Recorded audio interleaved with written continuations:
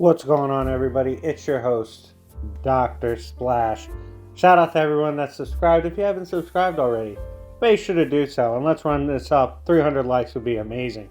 I'm doing a doubleheader today because the death battle's supposed to drop. I'm going to debunk. Make sure, and before anyone comments thinking I'm going to hate on Death Battle, make sure to go subscribe to Death Battle, show them love, all that.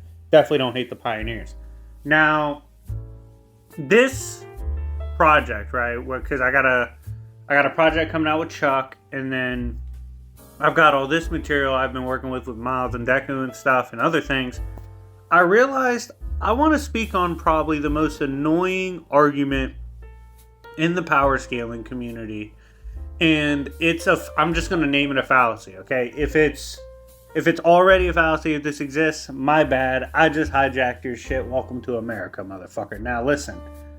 I'm going to call this the outlier fallacy. Alright, this is where someone just lazily says, oh, it's a comic book character. Therefore, they have two feats that are really good, that scales to something really high, and that's it. Okay, let's break down that fallacy, right? For one, I'm going to shit on the comic book people first, okay? So that the anime guys and the manga guys, they don't feel like I hate them. I don't hate anybody. I hate certain fan bases that act a certain way, and it's usually a certain percentage of a fan base, not the entire fan base, okay? But when it comes to this shit, right? Comic book people that only use respect threads, they only know of feats from other sources, not the actual primary sources. The ones that have 2 to 4 feats on their phones and that's it. That's all they fucking got. They're NPCs. You guys, you make comic book power scalers look like assholes, okay? You guys are the ones that make us look bad. I need you to stop. I need you to either hang it up or get your shit together, okay? When I say hang it up, of course, I mean hang up the cleats, get out the game. Alright, now on to where I prevalently see this, which is typically the anime and manga scaling side. Shout out to you guys. This fallacy happens a lot with you guys, where you will foolishly say that a, quote, street tier, which is a tier you name to make yourself feel better and to make yourself feel like your character has a chance against comic book characters, you will incorrectly make this assumption of a lot of characters. I believe there is over 400 Captain America feats in one of my sections that are scale above like city level. 400 plus, easily. People call them street tier.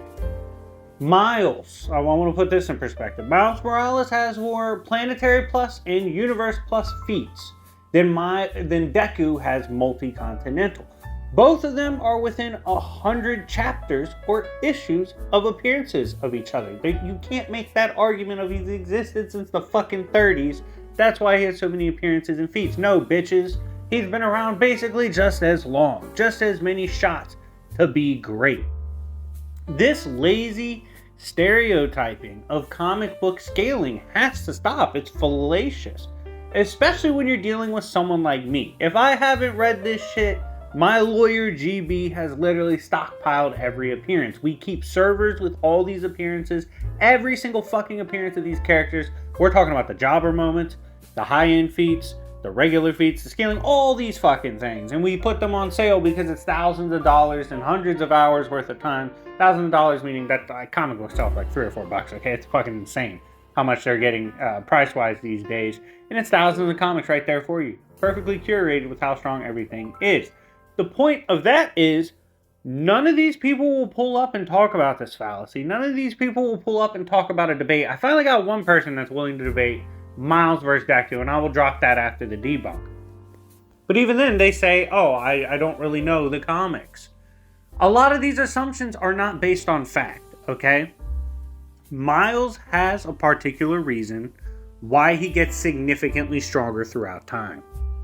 It's verbatim explained, okay? A lot of these characters in comics get stronger throughout time. You don't see comic book scalers look at Goku, who gets a new form every fucking 2 months, and go, hey, that's an outlier. It's a new form. He's not always at that level. He's look at Saiyan Saga. He was like Planet Plus. You know, it's not consistent that he's at a higher level. He got a new form. He wasn't like that for that long. You could make that argument at every point in Junction. For Goku, if we applied the same fucking fallacious thinking towards anime and manga that we get as comic book scalers. So here's what you do.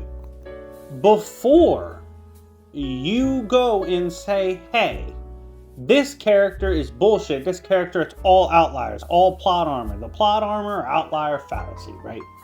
Before you say that, ask yourself, okay, how many appearances does my character have? I think Bleach is over like 600 chapters, right? There's a ton of comic book characters that have under 600 appearances that beat the shit out of all of Bleach, you know?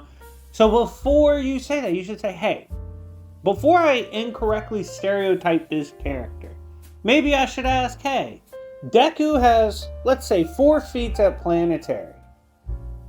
Can Miles match that? Because obviously we're going to put Deku at his best. You know, that's how you approach it. You don't approach it with, oh, you're going to pull 1 feat from 1982. That scales this high. No, bitch. I actually read all the comics. Here's 60 more for your dumbass. I actually have more feats than you have feats for the higher ends. Okay, so stop playing with it. Like, that's the problem, okay? When we have a discourse, and this is where I get back to shitting on the comic book side. When we have a discourse plagued by people that only use respect threads, only use videos they watch on YouTube, not every YouTuber is correct. Newsflash. You don't have to blindly trust YouTubers. Go to the direct primary sources. I'm even referring to myself. I don't have a 100% ratio on my channel. And I say that, like, I don't always get things right. I can very well be wrong. I've debunked my own shit, okay? So do your own research. Do your own work. And if you haven't done the research, you haven't done the work, shut the fuck up then. Like, don't come in guns blazing, believing one thing based off a stereotype you made because it makes you feel more comfortable approaching the topic, okay? Because what ends up is the people approaching with that appeal to ignorance, that fucking outlier fallacy, they never show up to the debate. There's a good reason for that, because it's stupid. You know you're wrong. Like, you just... I don't want to say cope, because that word gets used so much, but it's kind of what it is. Like, this stereotyping of comic book characters is bullshit. And that's what I'm hoping the definitive scaling series helps stomp. Like, dude, I'm going to provide all the feats you need. It's more than 1 or 2. You guys need to cut that shit out. Like, comic books are not as inconsistent as you think. It's just like that to those who don't read the comics. And for the characters that are inconsistent, we rightfully call them out on our channel. Because you know what that makes them? A fucking jobber. But anyways, guys, let me know what you think in the comment section down below. Are you ready for the Crash Out and Jobber series to return? Let me know in the comment section. I had a lot of fun explaining the outlier fallacy, why I think it's the dumbest argument right now in power scaling, why I hate that shit, why I hate when people use it.